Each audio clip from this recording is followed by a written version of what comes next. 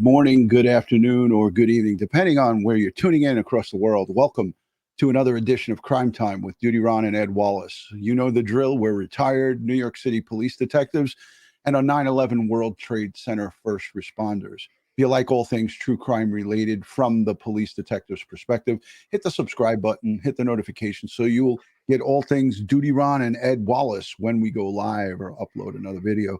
Hey, folks, today we're going to talk to you about Suzanne Morphew. Why was there secondary and third searches going on some 7 days later at the location, at the site where her remains were recovered? That's the question that we're going to put to you today. We're going to have Ed Wallace here with us. He's a CSI expert, forensic expert, crime scene connoisseur. Ed has all the experience in this. Ed, how you doing today? What's happening with you on a Saturday? We're drying out, right?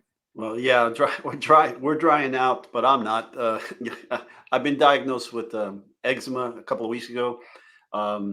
Actually, just before I left to go over to Kurdistan, and this is something totally new to me at my age. I don't understand where this is coming from, other than the fact that my immune system is compromised. And man, the thing hit me like a ton of bricks last night, and I have outbreaks behind my knees, and it itches like all get out.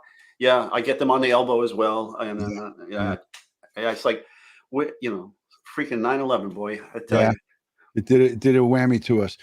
Ed, you and I have been speaking about Suzanne Morphew. This is a case that's gone on over 3+ years, 3.5 years, missing on Mother's Day of 2020, reported by neighbors across the street. Her daughters were out on hiking or camping. The husband's in Broomfield on some big job, Barry Morphew. This case has got so many twisted moving parts and so many twists and turns, but we're here today to talk about the forensics.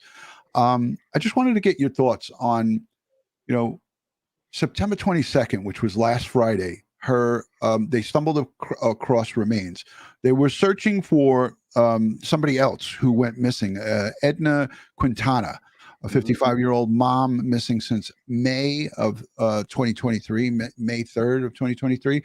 So in the process of searching for Mrs. Quintana, they stumbled across sets of human remains. Two sets. Yes, human remains. So they stumble across two sets. They stop everything, put crime scene tape up, and hopefully do this recovery. 5 days later, into this week that just passed, on Wednesday, they released that positive identification was made through her medical dental records, right? An odontologist, somebody similar to Larry, Dr. Dobrin comes in. And her chemo port. Which is serial, as you serial said. Numbered, yeah. So that's 5 days later. Now we go fast forward to 2 more days go by, and now we have a full-blown 36 member of the Colorado Bureau of Investigation and other units in at a massive search that lasted all day yesterday, and including excavators, a backhoe. No, I'm sorry. It's the forensic backhoe. Because it costs more than a regular backhoe. Once you put forensics on anything, it costs more. Let's let you talk about it, Ed. Your thoughts. Well, a couple of things come to mind. So from some news reports that we have, we know that when they discovered the body, it appears that they were out there for 3 days digging up and searching that area. And then they closed it down after that 3-day operation. The bodies were brought back for inventory of the bones and DNA, dental record search, identification of dental records, identification of the medical device, running the serial number through medical device databases to find out who that particular chemo port was put into. And they made the identification. Now, the only thing I can think of is a couple things. Maybe they didn't sift the soil on those 3 days. I understand from some of the news reports and the news reporters haven't spoken to several of the civilians that live in that community nearby who witnessed a lot of this, that, they saw all these searches going on. They saw helicopters doing patterns. They saw somebody digging in a hole up to their waist. They reported all this to the news crew. In addition, maybe they didn't collect soil samples initially.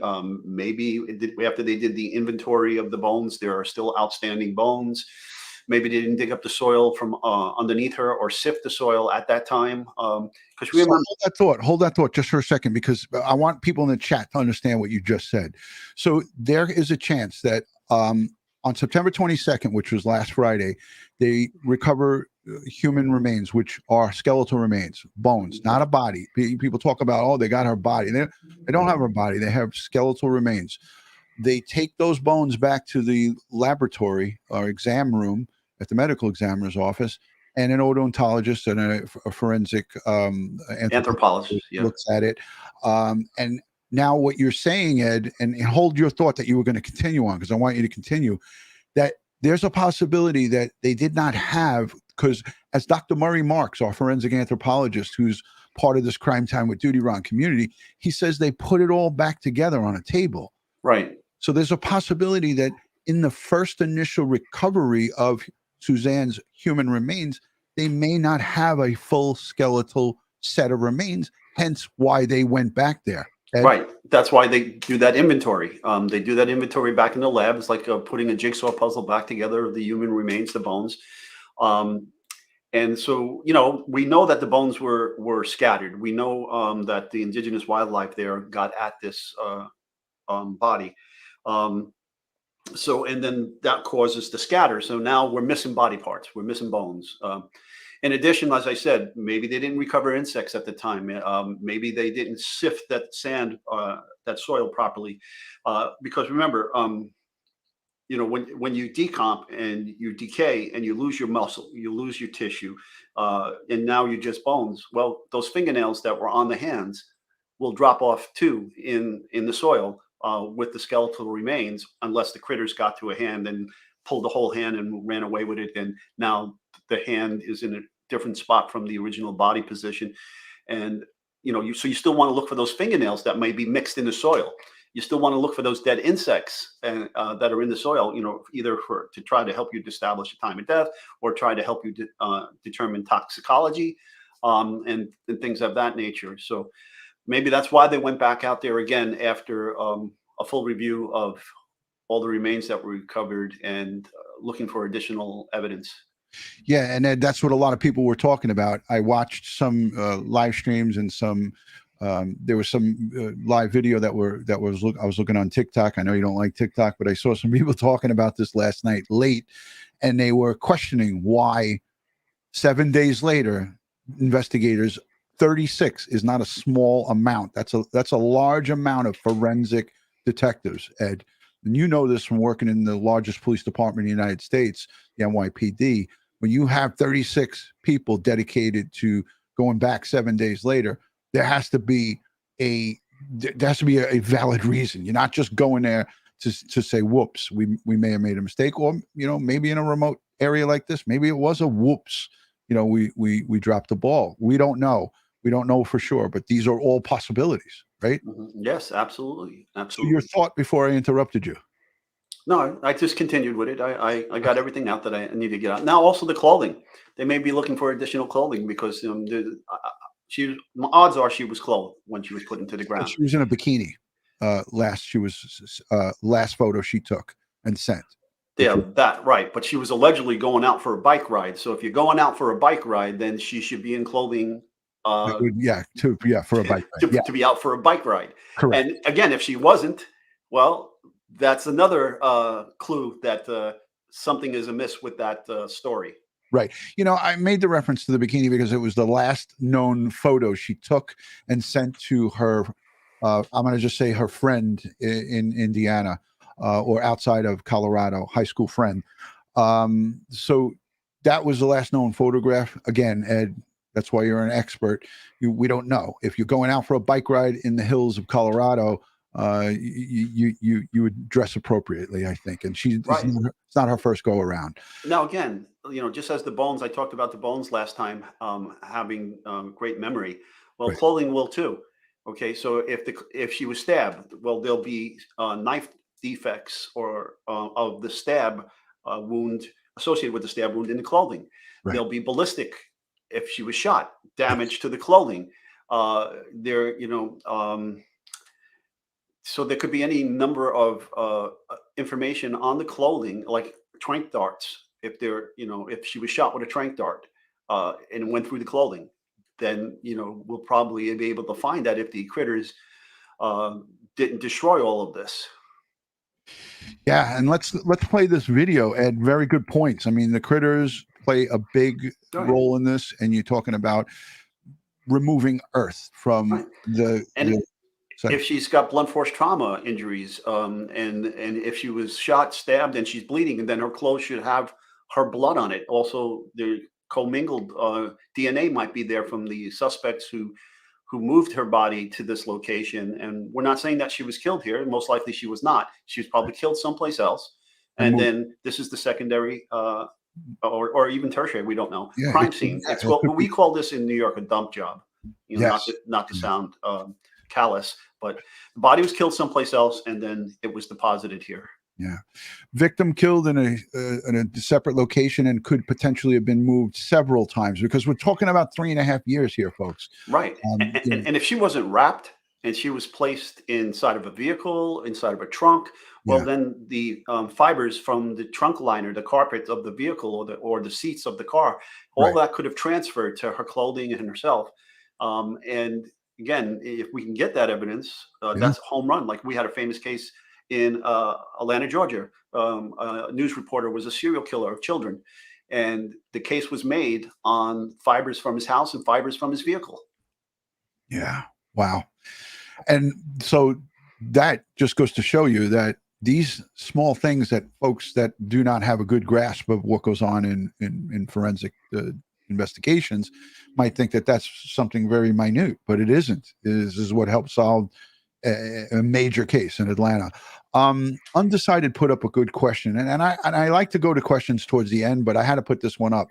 She's responding back to somebody, and this is a good point. She stopped all of her communication on the Saturday before she was reported missing, which I believe was the 9th, around 2:50 p.m. when her text suddenly stopped. Indications when you look at forensics as it pertains to cell phones and computer data, when someone's using their devices on a regular basis and then all of a sudden it abruptly stops, yes, that is a sign. But it doesn't necessarily mean it's the time of death. It could be the time that the person was either abducted or taken, and then we don't know, because here we are, fast forward, we're looking at skeletal remains. So, Ed, I want to play this piece for everybody who's just coming in. We're covering the search, the secondary, or maybe even this might even have been the third or fourth search, but it was 7 days later. This is something that we wanted to talk with you guys about and to clear the air a little bit and give you some of the possibilities of why it was happening. So here's a little piece from a local Denver 7. I'm Amy Wattis. It's been exactly a week since the remains of Suzanne Morphew were found, and investigators still looking for answers. And today, Denver 7 learned the search continued in Moffat, where crews spent hours looking for evidence on the side of the road. Denver 7's Claire Lavazorio in Moffat live. And what have we learned today, Claire? Hi, Crystal. Shannon and Amy, I want to give you some perspective of where I am this afternoon. Now, I'm off of Colorado 17, about 2 miles south of the town of Moffat, not far from the Dollar General, if you've been in this small town. And I can see mile marker 103. It's just next to me right here, next to these beautiful mountains. And this afternoon, I was the only reporter here with my photographer as more than 36 investigators were combing through this vast space. And they were even using heavy machinery, combing through this brush, searching for answers. And a CBI official confirming with me here on scene that it was all related to the Suzanne Morphew investigation. Now, a few hours later, that was confirmed to everyone through a news release. CBI tells us that investigators finished their multi-day search related to the Suzanne Morphew investigation near the town of Moffat, where her body was found. And we watched investigators, as you can see in some of this video, use a backhoe to dig a deep... All right, stop it there. And okay, can you go back a little bit? So it looks like they dug up a bunch of soil Okay, Yes. and that's the tarp that they would put on the ground, and you see the white device to the right with what appears to be a some kind of Yeah, I'm running the cursor over. rake or something next to it. Sift. That is a sifter. Yep. So what they do is they take buckets of the soil from the grave. They set up this clean tarp. They lay it down. They take the sifter, put it in the center of the tarp. Then they take the buckets and pour it into the sifter, and they shake the sifter back and forth. And you know, sometimes there's multiple layers to the sifter. There's another pan underneath it with a different screen size, so that it will separate the soil from anything else and keep the larger items on the top screen, the medium items on the middle screen, and then the smaller items on the bottom screen if they did that. I don't know what the size of the screen was, but that was a sifting operation. Okay, that's So and they it's could be looking for insects. They could be looking for jewelry. They could be looking for her fingernails, always educational with you, Ed. and hair, thank you all for, of that. yeah, thank you for explaining it, because most of the folks in the chat, you know, would look at this and say, oh, you know, they're digging and looking. Ed's But, breaking it but down. what they're showing us here, this is low and flat lands, and there's not a lot of cover for somebody to hide. If you know, and so you know, you would think, you know, if you had a body in a car and then you drove out there, you would probably drive out there in the wee hours of the morning, with lights off, go park the car, no lights, drag Right. the body out of your car, and dig up this area and deposit your body in there. And it's just, you know, there's, because in the background you could see some buildings and maybe yeah. some residential areas and so forth. They're sparsely populated in this particular area. What mile marker did she say that was? Mile marker 103, Ed, she was standing right at it. So she said mile marker 103. Okay. I wanted to just say too, we saw in some of these reports that I'll play later on, some of the locals, they interviewed locals, and that's what's great about the news. They'll interview locals, and some of the locals say that this area with this brush, nobody goes into it. And if you're from or are in and around, and listen, Barry Morphew, Suzanne Morphew, they resided 40 miles north of this location. I know about 40, 50, 100 miles north, south, east, and west of me. I know all about the lay of the land where I live. So if you look at this location, it's a perfect, and I don't mean to sound insensitive, it's a perfect dumping ground for to place a human body or place remains of any sort, and not have it detected. In other words, the smell from a decaying carcass, a decaying body, would not tip somebody off out here in the middle of this location. So, you know, people ask questions like, how come they didn't send dogs in there? We didn't see the dogs, but I certainly think it might be a good idea. Let's let the rest of this play and we'll come back and revisit that. Investigators, as you can see in some of this video, use a backhoe to dig a deep hole into the ground and pull out mounds of dirt. And remember, the town of Moffat, it is a very small town, so people who live here, they're not used to having a national story. Ed, is this what is this what you're referring to as the the forensic front loader there? It's an excavator. Excuse me, it's an excavator. In fact, I rented one of those things to tear down house. But what happened to it? It is a very small. Yeah. Okay. So they're probably he's digging the hole by their grave. You know, we normally don't use a machine like this. We do it normally by hand with shovels. And he looks like he's dumping it on a tarp. And then they're going to take those tarps over to their clean workstations where they have at least 2 sifters. I see there, maybe 3 sifters behind them. I'm not sure, but there's at least 2 to the right where they'll start sifting. 2 white stanchions right here to the right, the sifters. Yeah. But look, there's an RMP of some sort, maybe a pickup truck or something that is here in the left of the screen. You see where I'm looking? Yeah. And 6, 7, 8, 9. There's 9 plus the operator. It doesn't seem to be based on the clothing there. We got mixed clothing, long sleeves and short sleeves. But in any event, we normally do this operation in tie-back suits. Yeah, that was another thing that I was going to point out to you, Ed, and mention. You know, we're used to seeing white tie-back suits when you're talking about forensics. And when we were at the body farm, we used tieback suits. And why is that important to do that, Ed, for the viewing audience to wear tieback in a situation like this? Well, we're trying to protect the scene from us at that point. We're trying to keep our hairs and fibers, our DNA, our skin cells, our saliva, and things like that from mixing in with the scene. And you could see there's a female detective with her hair in a ponytail. There's another Right. female with her hair through a hat in a ponytail. I see a couple of hats. Yeah, hats. But this guy's wearing short sleeves. This guy is the only one that I see. Well, maybe there's a couple that have gloves. Couple long sleeves. The guy to the left of the excavator and the He's got at least of two people to maybe three. Looks like three people to the right. Yeah. Long sleeves. But anyhow, I would be wearing that as well. All right, let's let the rest of this play. Live here, they're not used to having a national story right in their backyard. Here's what one local had to say about the discovery of Suzanne Morphew's remains right in her backyard. It's weird, and it's not for something good. And there's so many good stories that happen around here.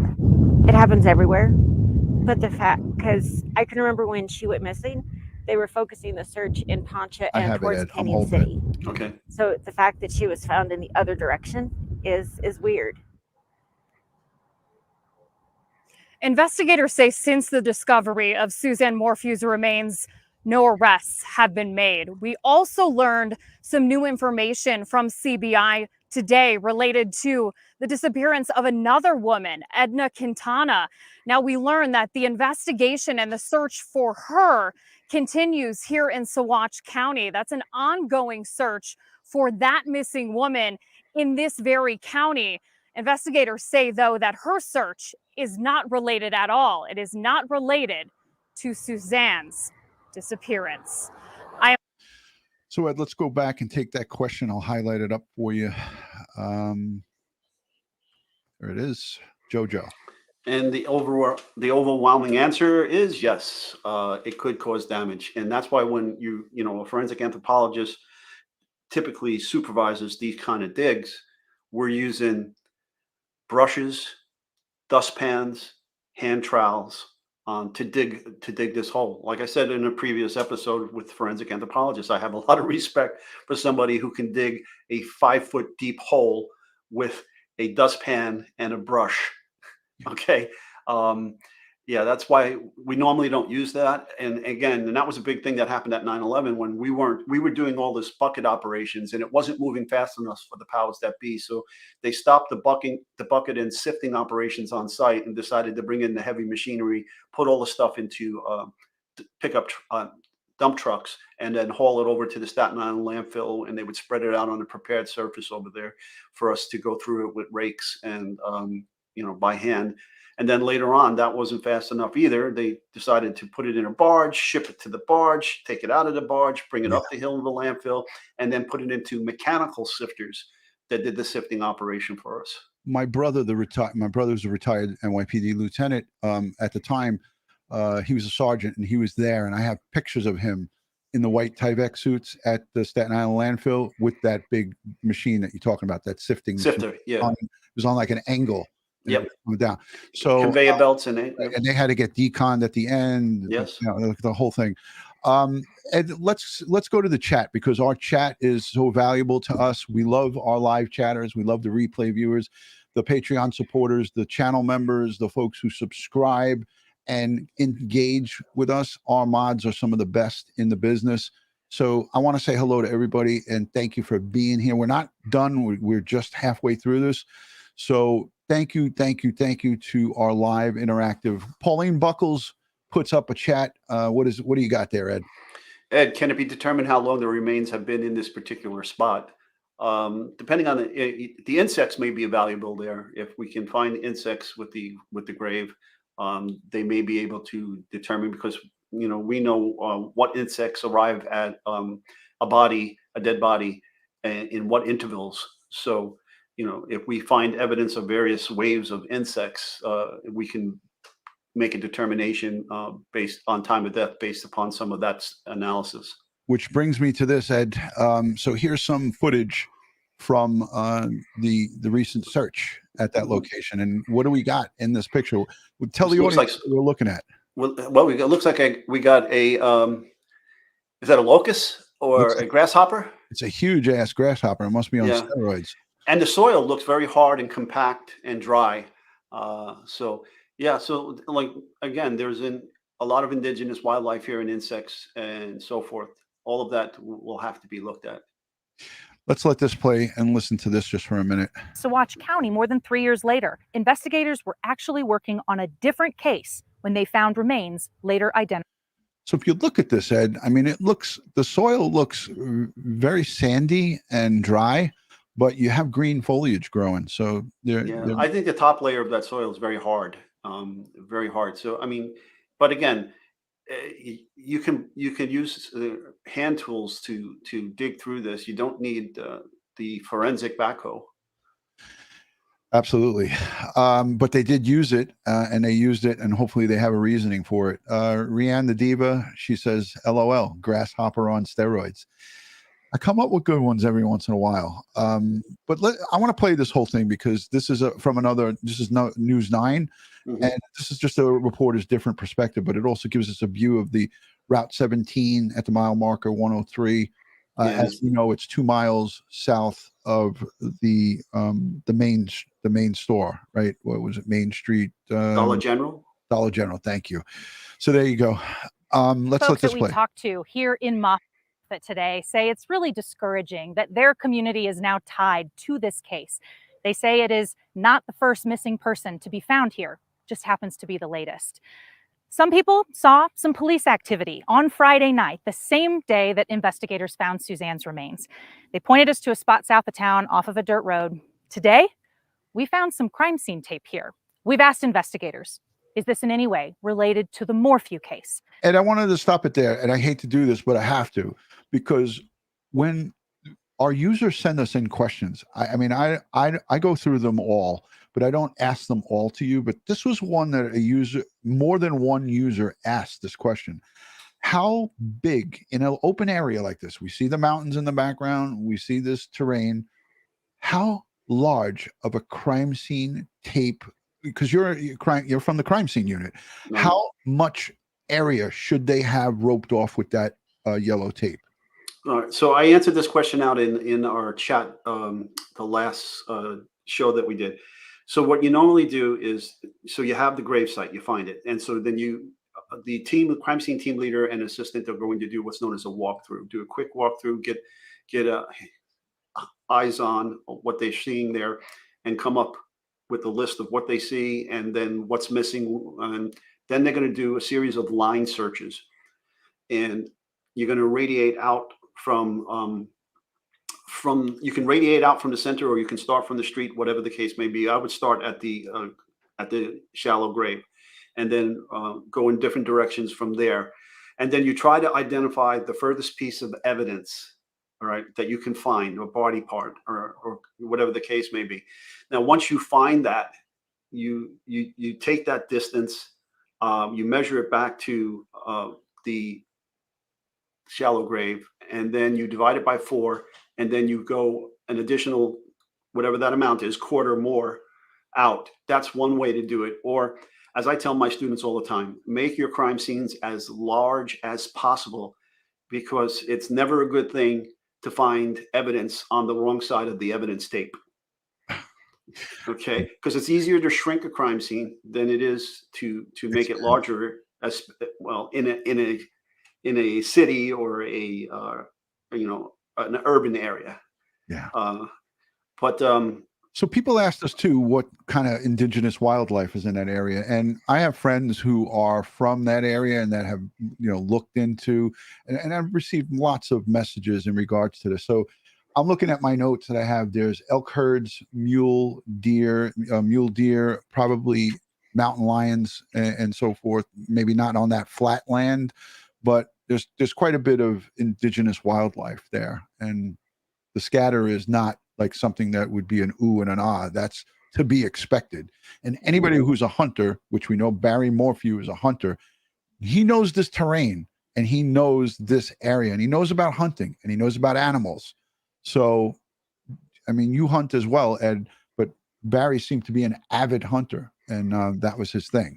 So yeah, and here's another thing too. I don't know if that area over there is hunting is allowed there, but those soil samples that have to do a whole bunch of analysis, and they should be taking plant life samples as well, because if they can find remember Lacard's exchange principle. So if they get a suspect in a suspect's vehicle, suspect's house, if they can find soil and plants from this scene where the body was recovered in the suspect's vehicle, in the suspect's clothing, in the suspect's house. Now I know it's 3 years old, but maybe some of this was already done on the previous investigation with warrants. Maybe vacuum samples were taken from vehicles, clothing were seized. I don't know if anybody looked at it, because remember, all living items, all living entities have DNA or RNA.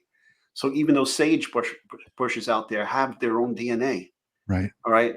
And so, I mean, pollen, there's also pollen that can be trapped in the clothing. I know the clothing probably has been washed hundreds of times, but if the clothing was seized in the initial investigation, and it wasn't searched for those things at the time and is still in police custody, then maybe those things can be relooked at. Yeah, absolutely. Now, I worked on I brought it up. I see somebody mentioning pollen, but I worked on a study. I was asked to assist on a study about pollen and drugs. Now, what was happening is, like, kilos of drugs, cocaine, for instance, were coming in from south of the border, and they would be wrapped in cellophane in the packaging and so forth. But when you look at the wrapping with forensic light sources, different things would fluoresce, and then we'd be able to trace evidence vacuum these packages, and then we have our experts look at it under the microscope for pollen. They then identify the type of pollen it is, and then from that they do deeper studies, and then they can tell you where that pollen comes from in a specific region of South America, whether it's coming from Colombia, Panama, and then once it's in, okay, it comes from Colombia, but it's only found in this area of Colombia. Right. And so those studies were pretty amazing, how they'll be able to track back where these packages were in fact wrapped. That's fascinating. And I heard you mention, not to this extent of what you just said here, but you made mention about, I think it was the Dylan Rounds case that we were covering, which is, not far from this location. It's in that region of the United States. When we were talking about Dylan, you were talking about his car air filter to see where it traveled. Absolutely. To see the pollen. So it's fascinating stuff, Ed. Right. And then also taking soil samples from the undercarriage, grabbing the air filter. Now, again, I doubt the air filters were taken in the first investigation, and the vehicles are no longer in the area. But it would have been prudent to take them, to have them analyzed to see not only the engine air filter, but the cabin air filter as well. And because they will trap all of that material, the pollen and other materials in there. It's fascinating stuff. And listen, if you like all things crime scene related, forensics from a police detective's perspective, let us know in the chat. Let us know if you enjoy this by saying yes, #DutyRon, #Ed. We're going to start taking your questions in a few minutes. But Ed, these cases, when they last for such a long time, there's so many different things that are happening. But this is what's most important, is collecting this evidence to bring it into a courtroom at trial. So, Ed, so you just highlighted a comment. I'll let you take that. So yes, all living organisms have either DNA or RNA. It's their building blocks. It's what makes them them. Only living organisms, not toxins. Bacteria, viruses, humans, animals, insects, all have it. Trees, plant life. In fact, I'll give you another case. In Lebanon, the nation's tree is the cedar tree, and it's against the law to chop down or cut down a cedar tree. And I believe it may be death penalty. There may be death penalty involved if somebody is convicted of doing this. and I had a judge in one of my training courses in Lebanon, and the judge came up to me with this, look, I have this case. One of our cedar trees were cut down. I have a suspect, and you know, how can I forensically link the suspect to the tree cutting? I said, do you have the suspect's saw? And he said, yes. I said, has anything been done to the saw? He said, no, it's in the property clerks. I said, get a tool mark examiner to examine the saw blade and then examine the cuts on the tree to see if they match. Tool mark examination matching the cuts in the tree to that blade. In addition, before you do that, swab the blade of the saw for the blades of the saw and take a sample of it and get a sample from the tree stump or the down tree, both get samples from them and have them run to the lab to have them extract the DNA from the tree and see if it matches any DNA from the saw blade. If it matches, then you know that that saw blade was used to cut that tree down and it's in his possession. And now he has to explain how he has a tool that matches the tool marks and the DNA from the tree. And probably he would have never thought in his wildest dreams that that type of investigation would go on. He didn't believe me. The judge didn't believe that that could be done. And I said, it sure can. And if you don't have the laboratory that can do this, then we can, you can go through the United States Embassy, through the regional security officer to the FBI legat, and the FBI lab can assist you with this. Fascinating. That's an unbelievable story. And I love when you share these with us. I know our audience loves it too, because you could see the chat going wild. So Maligator says that, you know, to you, Ed, and I know we both can answer this. The two sets of remains were a young man, and I don't have his name written down, and Suzanne. Yeah, but they weren't in the same grave. Correct. Okay. They were found separately. For the search for the woman that was mentioned by Ron earlier, they found these two deceased individuals. That is correct. That's correct. And that was Edna Quintada. I know I'm not saying it correctly, but yes, those were the two. So there's a lot of people in the chat that said they were confused. So let me let the rest of it play. James Montoya. That's the young man that they found his remains. So prayers go up to the family, and obviously Edna's family. We have a piece with her daughter talking on here. But let's let the rest of this play, because I want you guys to see this terrain uninterrupted. Investigators are not saying anything that investigators found Suzanne's remains. They pointed us to a spot south of town off of a dirt road. Today, we found some crime scene tape here. We've asked investigators, is this in any way related to the Morphew case? Investigators are not saying anything today. They will not confirm that. Here's what we do know about this area, Moffat, and the area all around it is vast. It's quiet and it's rural. We're in the San Luis Valley here, just west of the Great Sand Dunes National Park, and about 50 miles away from where Suzanne Morphew lived in Maysville, Colorado, near Salida. It was Mother's Day 2020 when she was last seen. Investigators, family, friends, they all looked for her for a very long time with no luck. And it was somewhat of a coincidence they found her here in Saguache County more than 3 years later. Investigators were actually working on a different case when they found remains later identified as Suzanne's. A source close to the investigation told 9 News that they discovered skeletal remains, and they were able to positively identify Suzanne through her dental records and her cancer report. And while this case is now more than 3 years old, this is a huge discovery. So in a sense, it's still early in the investigation. We expect more answers will come down the road as time continues to pass in this investigation. And we certainly will have more answers, and this won't be the end of what we hear about, Ed. The problem with reporting actual locations, and I think the reason that the Colorado Bureau of Investigation did not exactly say where these remains were recovered, is because they didn't want people trampling all over it. Look, 7 days later, they had to go back, right? Ed, you see something else in the chat? What do you got? Yeah, crazy time when you're finding bodies, searching for other bodies. Well, you know, obviously this particular area is a quote unquote dumping ground for bodies. We have that here in New York City. We had a section of land along the Belt Parkway in Brooklyn, and it was all just lots, not lots, but it was just wooded areas, a swamp. It was on the water.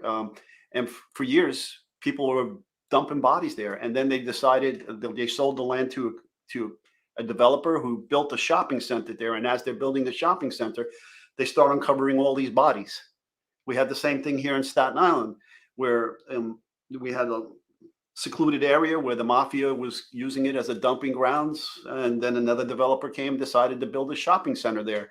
And as they're digging to put the foundations in, they're finding these bones and body parts. And the whole operation has to stop and then go in. And then we find some historical cemeteries that we didn't know existed. It wasn't documented at the time. Even in Manhattan, they were going to build a skyscraper. They started digging for the foundation, came across an old African slave grave site, cemetery, and that all had to halt everything, and then let Ocean the Parkway. experts work in. Ocean Parkway too. Yeah. You'll go. Crazy. So I mean, this could be. Well, I don't want to use that word, but this could be a serial killer too. Yeah. They make mention of it in a couple of news reports. And I wanted to play this, and I keep putting it back. Could you explain to the audience what is happening here? Yeah, this is a line search. So it looks like they're starting from the edge of the road, and they're slowly working their way in on the search. The line is trying. You should keep a line straight, but obviously with the indigenous plant life here, you can't do that. So you got to walk around it. But they're searching the ground all around these plants and soil. And if they spot something, they should have some evidence flags, or what's called the surveyor's flags, with orange flags, or with either plastic or shafts or steel shafts, and then they will stick it in the ground, and somebody will come over and take a look at it and see if it's in fact evidence or something of value. And if it is, then they'll go through the full crime scene documentation and collection processing. And you can see crime scene tape actually in the foreground here, forward of where these guys are. Yeah, it looks like there's some kind of tape there. Yellow tape. So maybe they have that marked off to search right up and into there. But again, here, I don't see any PPE. I see a lot of guys have gloves on, long sleeves. One guy has short sleeves here. You'd like to see these guys in the full PPE, correct? Yeah, I would. I would. And it seems like some of them are wearing light jackets. So, I mean, if it's cool out there, the PPE actually gives you some warmth. Yeah. And here's a message from Tommy. We had this is Suzanne Morphew's stepbrother. I like to call him her brother because Tommy has a deep love for Suzanne, and he came on our show a long time ago and gave us his thoughts from the family perspective. So here's Tommy. Everybody send hearts and prayers to him and his family.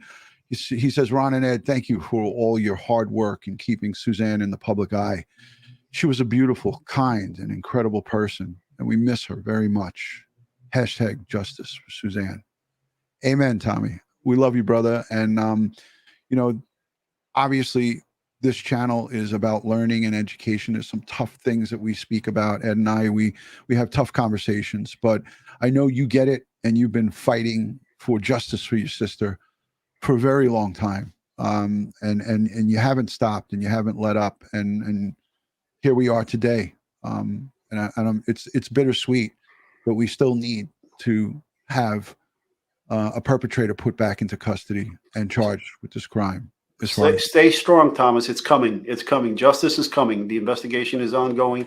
Hopefully we'll get these answers for you and your family, and you can have some solace in that. Amen. Amen. I want to just let the rest of this play. I'm just so honored to have Tom here, Tommy in the chat, and watching this live stream.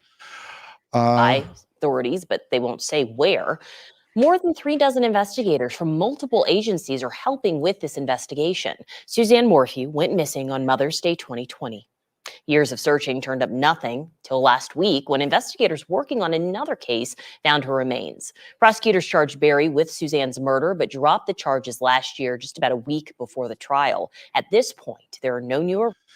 So that's what we're all looking at now, is when we heard Linda Stanley, when she dropped and basically 343 his charges, she got rid of his charges and he became a free man. They said that it was that they were ready if they were ever to find Suzanne's remains they could possibly charge him back. So Ed, I'm thinking that, you know, this is not something that you want to rush to do. You want to have all your ducks in order and get it right. Right. On that, Ed? Yeah, pump the brakes here. Don't be thinking about running out immediately. You got to look at everything you did in your original investigation, and then look at all this new material that we're getting now, and recheck your cell phone information, your GPS information, your vehicle information, movements, all of this stuff. See if anything correlates. Did you do a cell phone check for this area, checking the towers, geofencing, see if anything pinged? Did you check the vehicle to see if it was in this particular area around that time of when she went missing, and maybe a day or two before, and then all the days thereafter? Because we don't know exactly when this body was deposited here. I mean, this could be a secondary or tertiary location. He could have put the body someplace else and then later moved it here.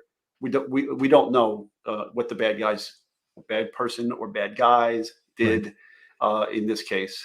I couldn't have put that any better, Ed, but yeah, I concur 100%. You have to wait until it's right. And, you know, you only get two, you know, sometimes you don't get two shots at it. You only sometimes get one.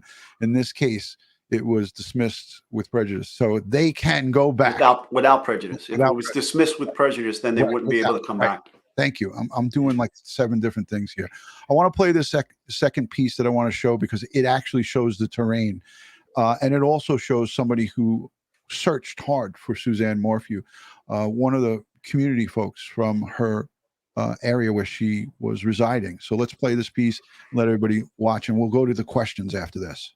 More than 3 years after Suzanne disappeared, many still held hope answers would eventually come. Someone needs to keep her name out there until she was found. And now we will continue to do it until she gets full justice. Tisha Leeway spent years getting to know Suzanne at the salon. Small town connections. When Suzanne disappeared on Mother's Day 2020, Tisha helped plan search parties. Learning investigators finally found something comes as a relief. I think it's great that they found, you know, her remains, and now people can finally, I guess, get a sense of relief that now we can move forward as far as being able to find the justice that she deserves now. The Colorado Bureau of Investigation won't say the exact location where they found Suzanne's remains last Friday, only that it is near Moffat. You're looking at an aerial view of that part of Saguache County. Investigators were on site for a different case when they came across Suzanne's remains.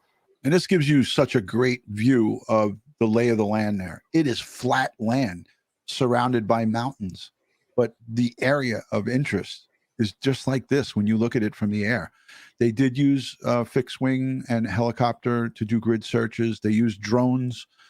So they did throw quite a bit of resources at this search, and we hope that they dotted their I's and crossed their T's.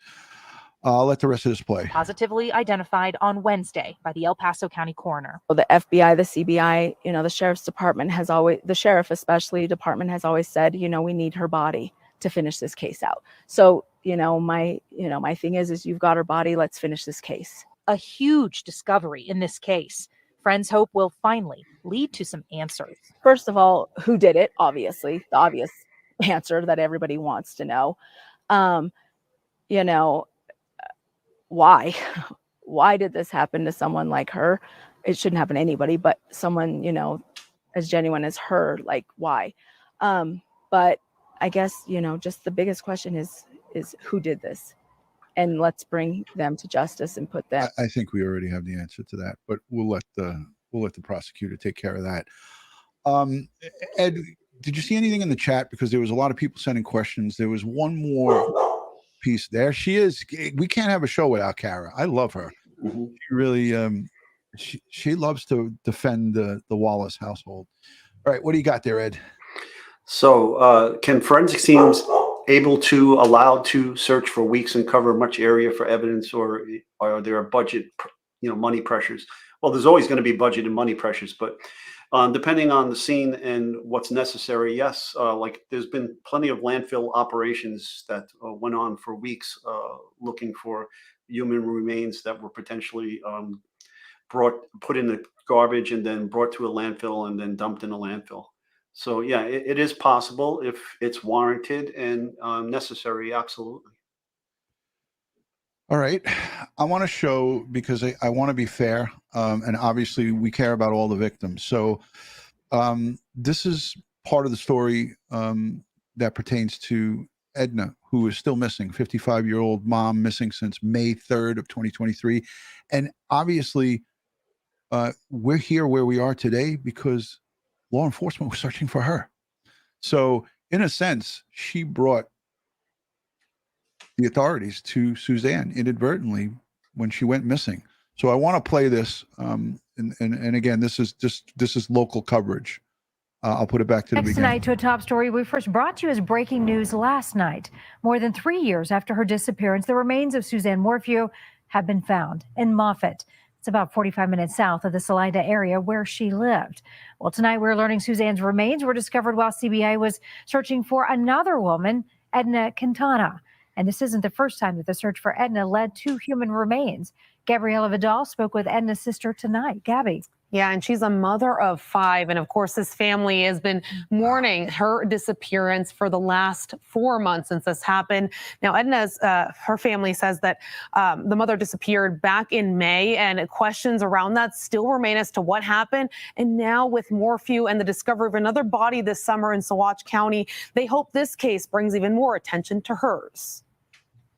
She's caring and she cares about family. She loves her kids. Marilyn Quintana is speaking to me from a remote part of Saguache, Colorado. While the cell reception is unclear, what is clear, the pain her entire family continues to feel for her sister, 56-year-old Edna Quintana, now missing since May 3rd. Me and my mom and my brother were worried she hadn't came over because she was coming over every day, if not every other day. Marilyn says it wasn't until a few days later her cousin told her Edna went hiking with a boyfriend on May 3rd.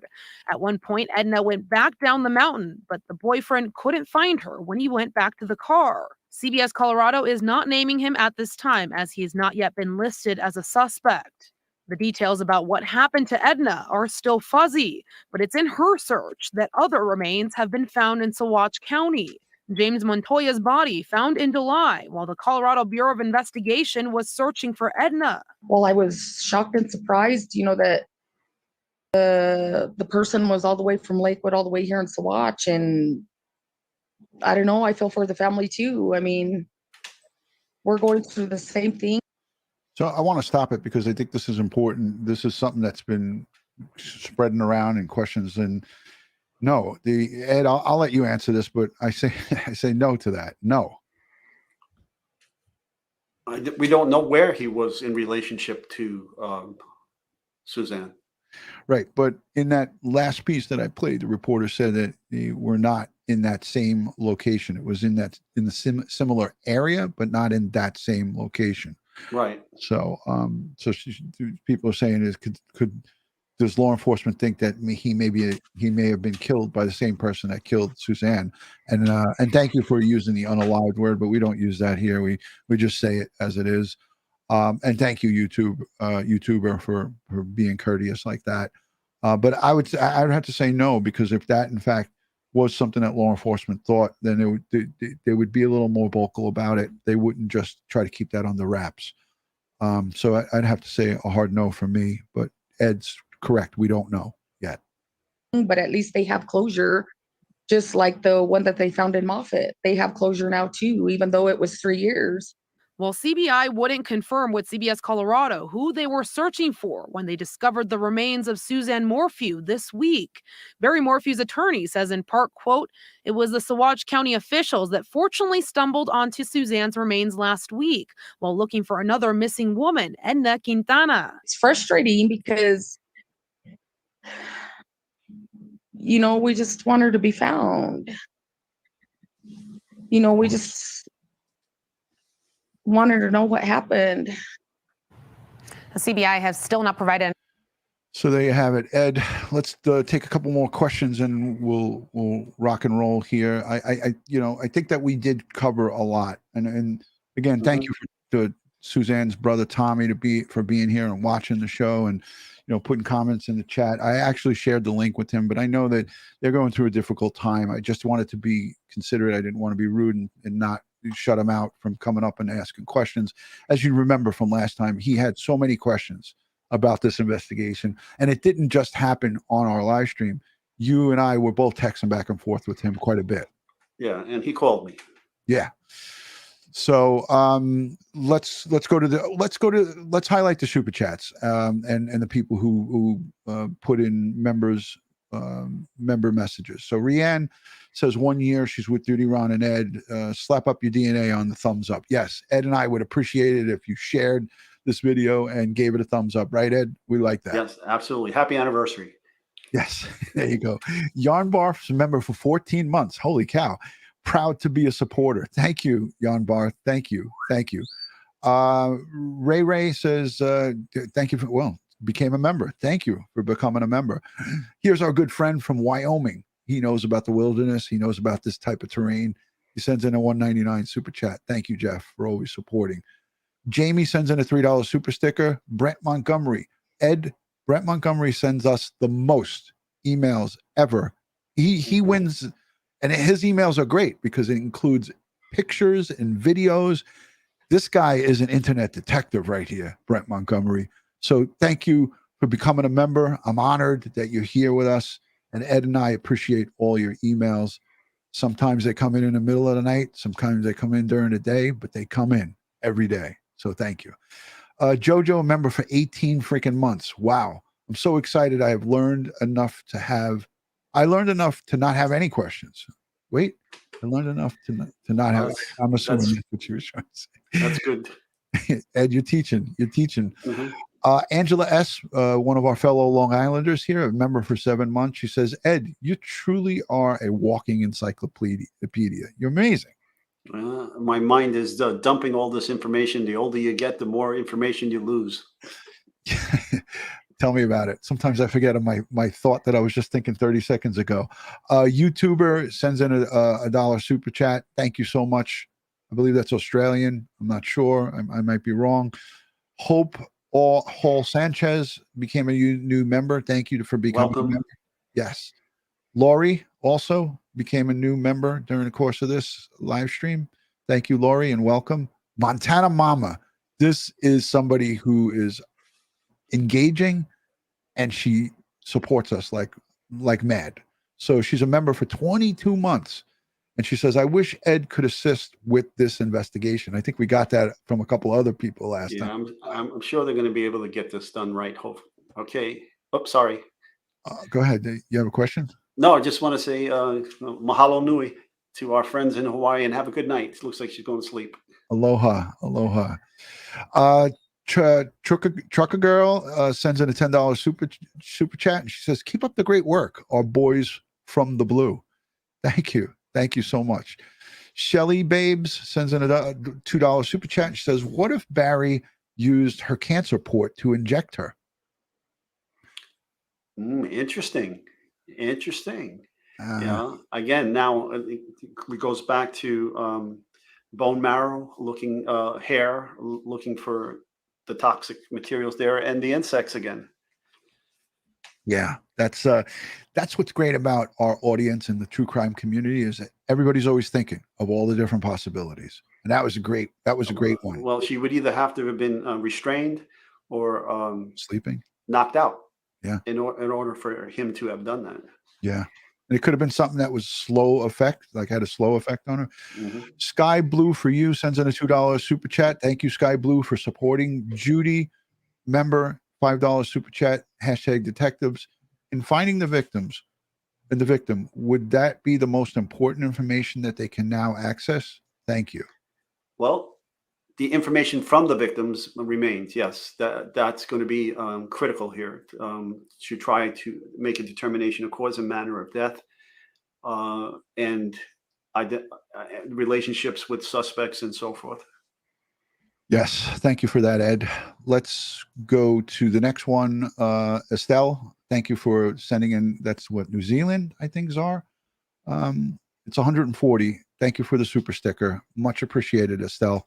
Brandy Wine and True Crime, a member for 2 months. Thank you for your members' message. I appreciate you. Tara Ellis, who's been with us for 8 months or probably longer. She says, how much will the snow have an effect on the evidence? That's a good one, Ed. She's been there for arguably 2, maybe 3 seasons, correct? Any precipitation. Like I said, initially, when the body was first deposited there, if it's going through a winter cycle, it will slow the rate of decomp. It'll mask the smell from the critters. All right. And so it's any type of precipitation, moisture, and things like that could affect how the decomp happens. And then, it'll when it thaws out and melts and soaks into the ground, and then some, whatever chemicals are there and so forth could be percolated down with the moisture and so forth.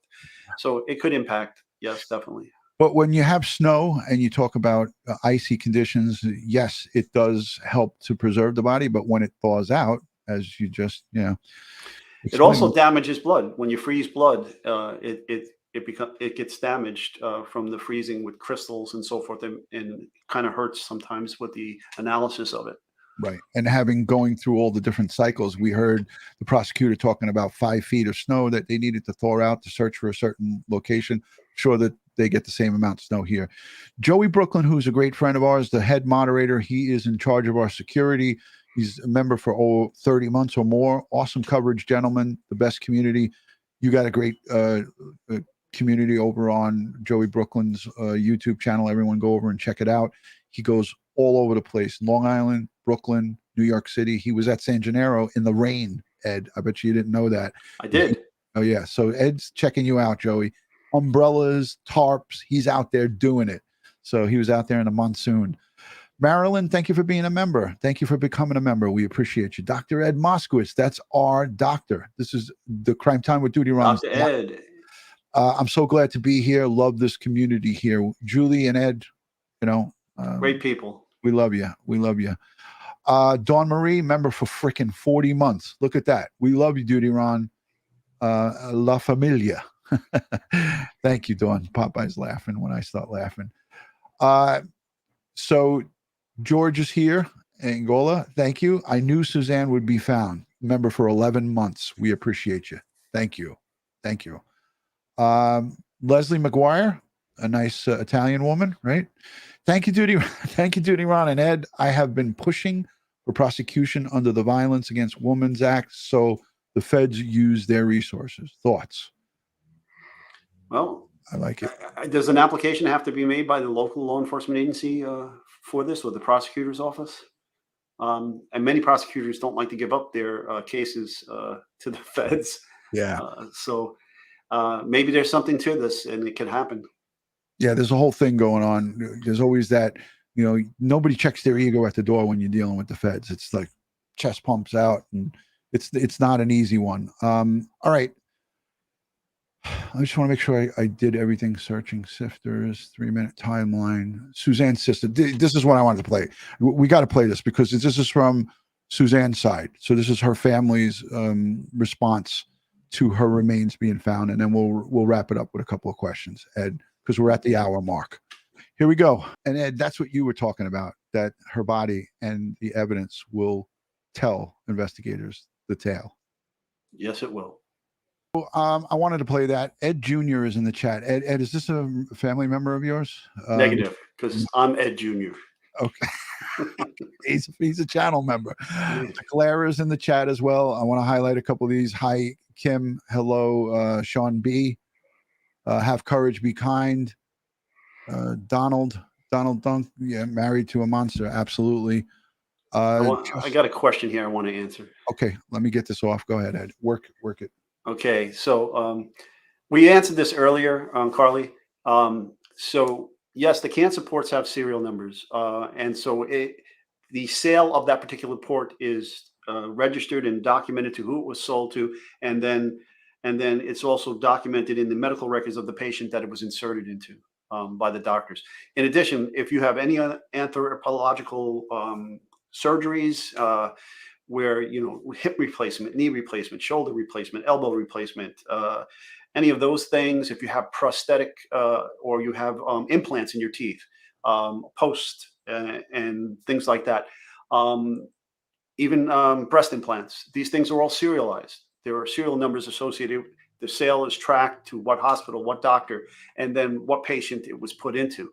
So these are often used to help identify. In fact, I had a case in Brooklyn, New York, where there was a car set on fire in the Red Hood section of Brooklyn. And when the fire department responded, they put out the fire. And when they popped the trunk, there was a dead, burnt up female inside of the vehicle.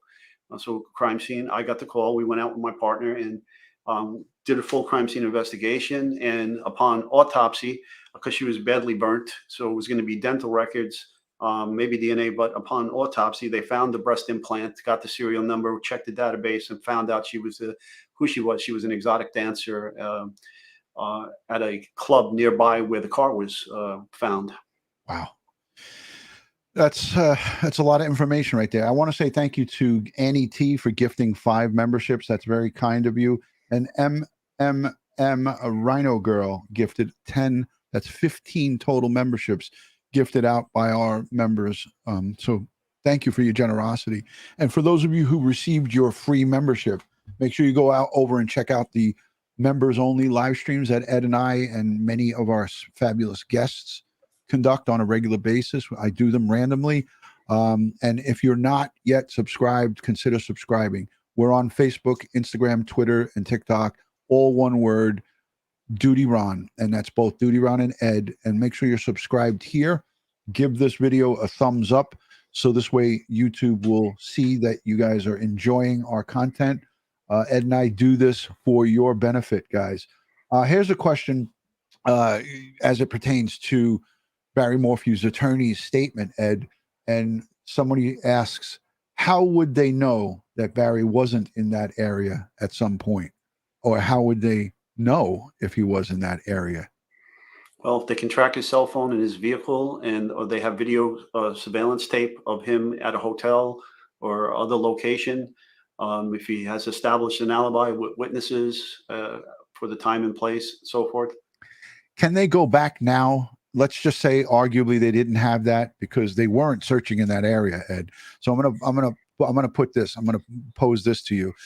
Could they now go back and get subpoenas for geofencing or some type of warrants to see if during that time or from the time Suzanne went missing up until 3.5 years, could they check in that? Well, I think they did that in the original investigation. They should have done it because if I remember correctly, wasn't there information about cell phones being used to show they were running around inside of the house? But he did a lot of evasive stuff. Like he took his new pickup truck and took he took it offline so they couldn't check. Would he put it in airplane mode or something? Some kind of bullshit like that he did.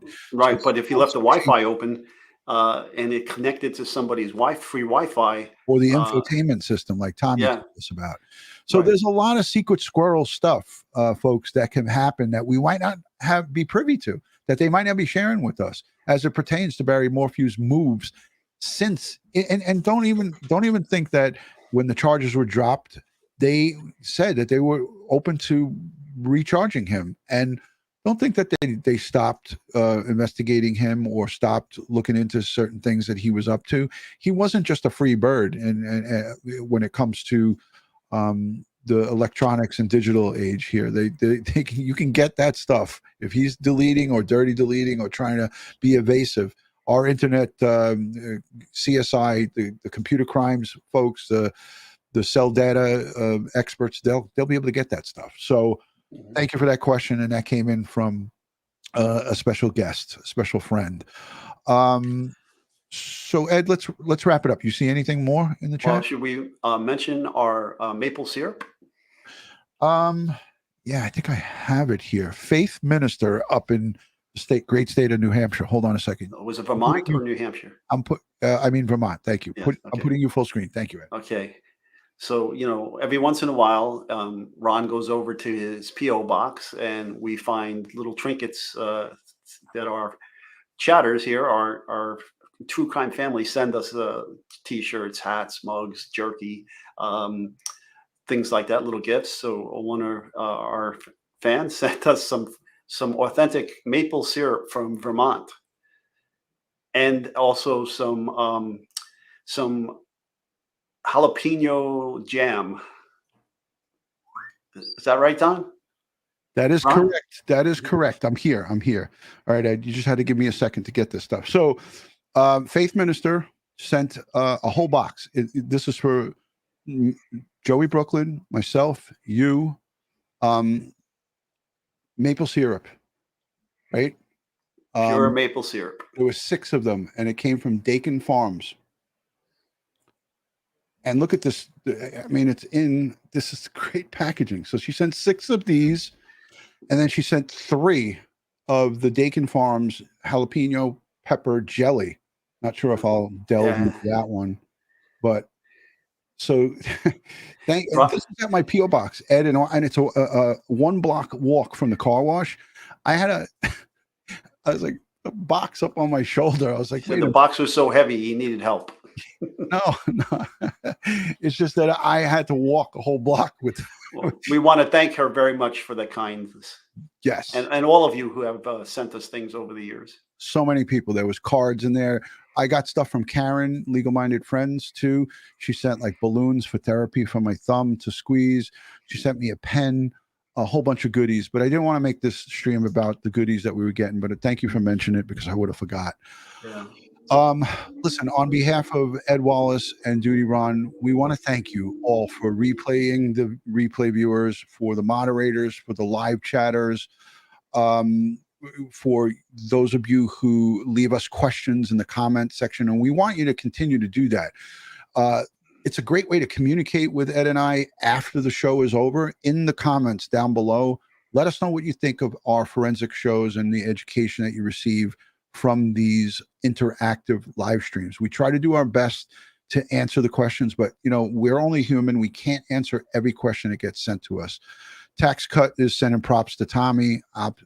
Obviously, we love Tommy. He's been on our show with us, and he is a friend. I consider him part of the family. Pete Pranzo and everybody that's here, Black Rose, Lisa, Tracy, you guys are second to none. We really are honored that we have such great people here, respectful, your questions, even though sometimes we don't agree with each other, we always are involved in a respectful conversation. So it's always great to have that. So thank you so much. Ed, you see something? I see when you start smiling, I know that. No, I see somebody named Faith, and I was wondering if that was our Faith that sent us the maple syrup. Well, if it is, please tell us, because we just thanked you. Yeah. Well, I'm hoping that it's her. Here it is. Oh my God, I'm so late. Mm-hmm. All right, my wife is calling me. That means that I have to wrap it up. So I heard her foot on the. She's feeling a lot better, and that's the good news. So thank you to everyone for the prayers. How's Margaret doing? Doing good, thank you. Good. All right, guys. So a lot of love and respect from Ed Wallace and I. I want to send strength, prayers, and positive vibes to the Morphew family and extended family and friends. There's so many friends back home in Indiana that grew up with Suzanne that are heartbroken. The ladies are so many. Lynn Harvey, who has been subscribed and following me from the very beginning in 2019. She sends me messages all the time. She grew up with Suzanne. She went to high school with her.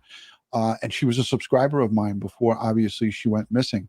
And to everybody who's affected by this, our law enforcement community who's out there trying to get justice for Suzanne, the wheels are in motion. So sending strength, prayers, and positive vibes to the victims, families, and everybody affected by it. And all of us here in the chat, whatever our viewers are going through, we're sending you a lot of love and respect and prayers too. Ed, I know you got something to say.